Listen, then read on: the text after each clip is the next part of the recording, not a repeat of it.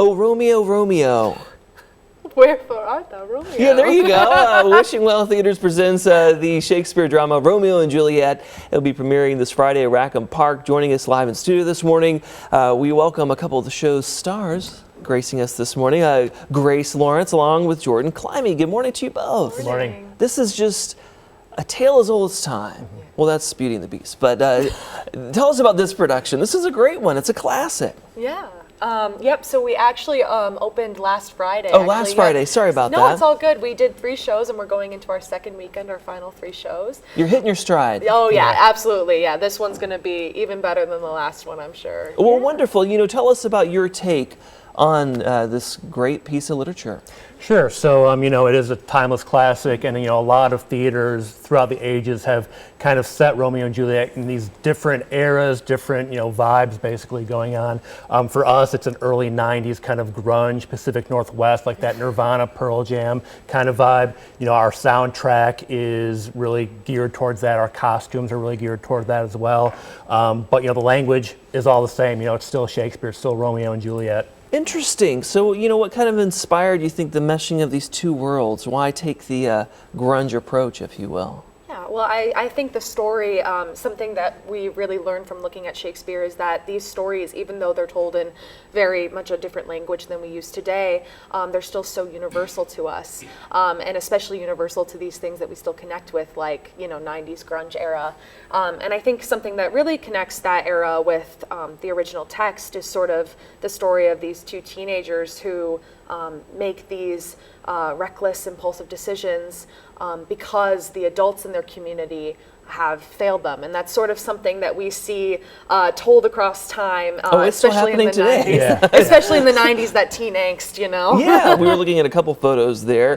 Talk about just the fun you have then with kind of infusing those 2 worlds. Yeah, it's been a lot of fun. You know, I think especially the costume, kind of like I said, you know, we're able to play around a lot with, you know, not just being in this very, you know, 1500s garb, like might be like a classic take on it. Yeah, you know, no frilly collars necessarily. You know, there's a lot of, you know, bracelets, a lot of, you know, I know you wear, like, you know, some Doc Martens. Yeah. Oh, cool. So it's, you know, it's able to, you know, present, I think, Shakespeare in a way which, you know, a lot of times people think of Shakespeare and they kind of get scared by it a little bit, you know, because the language is not like we kind of old use. and stuffy, so to speak. Yeah. But like in terms of being able to look at it with the visuals and everything, and kind of the music as well, it's able to put it in something that people really know and are more comfortable with, or more familiar with, to kind of ease them into that language. Nice. You know, so just overall, what is your favorite thing about the production? Yeah. Oh, I really love just working with this group of people. Like, we're all such talented, passionate people, not just about Shakespeare, but about theater in general. And it's just been such a fun process getting to know each other and work together. Yeah, what is Wishing Well all about?